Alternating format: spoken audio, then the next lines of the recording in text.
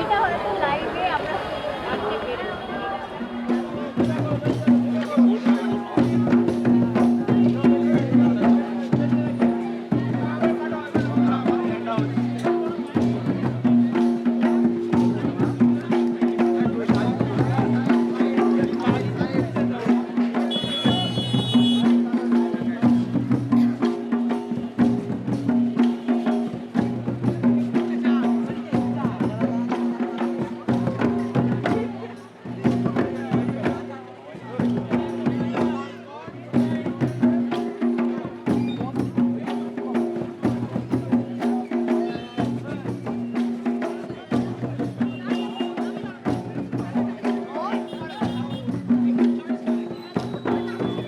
এই এই মহালয়া বা মহিষাসুর মর্দিনী একবার অন্য কাস্ট নিয়ে একবার রিকনস্ট্রাক্ট করার চেষ্টা হয়েছিল, জানেন?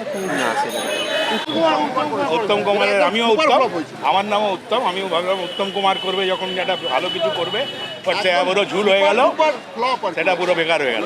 আবার ষষ্ঠীর দিন ওই জন্য সব কিছু নয়। সচিন তেন্ডুলকার যদি আজকে লতা মঙ্গেশকর হতো, আর লতা মঙ্গেশকর যদি সচিন তেন্ডুলকার হতো, সেটা কি বানানো যেত? সেরকম বীরেন্দ্র কৃষ্ণ ভদ্র। এখনকার আর কি ছেলে মেয়েদের জন্য মানে যদি নতুন করে এখনকার আর্টিস্টদের নিয়ে মহালয়া রেকর্ড করা হয়, তাহলে সেটা কতদূর গ্রহণযোগ্যতা পাবে বলে আপনার মনে হয়? দেখুন, গ্রহণযোগ্যতাটা পাবে, অবশ্যই পাবে। সেটা করার ওপর ডিপেন্ড করছে যে কে কীরকমভাবে করছে। কারণ এখনকার অনেক অ্যাক্ট্রেসরা আছে যারা এখনও অবধি এই ট্রেনটাকে নিয়ে যেতে পারবে। তো আছে, এরকম অনেকেই আছে, যেমন অরিন্দম আছে, আমার অনির্বাণ আছে, আবির আছে। এদেরকে যদি করানো যায় ঠিক আছে, ভালো লাগে, এদের গলায় শুনতে ভালো লাগে।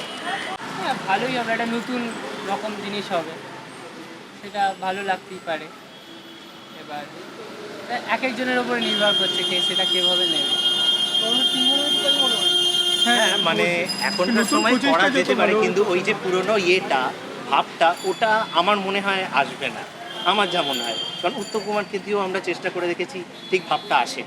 আমাদের বাবাদের প্রজন্ম আর আমাদের প্রজন্ম এখনো বাঁচিয়ে রেখেছি এই মহিষাসুর মর্দিনী মহালয়া। পরবর্তী প্রজন্ম এসব আর হাত করে না। ওরা কতক্ষণে মোবাইল দিয়ে ইউটিউব অন্য কিছু করবে, সার্চ করবে, সেটাতে ব্যস্ত থাকে। মানে মানে সেক্ষেত্রে এখনকার দিনে যদি এই জিনিসটাকে রিকাজ করা হয়, তাহলে সেটা তরুণ প্রজন্মের কাছে হ্যাঁ, ওরা হয়তো বিরাট একটা কিছু ওই হাই কিছু একটা করলে হয়তো তারা অ্যাকসেপ্ট করবে, বাট আমরা তখন আর নেবো না, আমরা ওটা নিতেই পারবো না।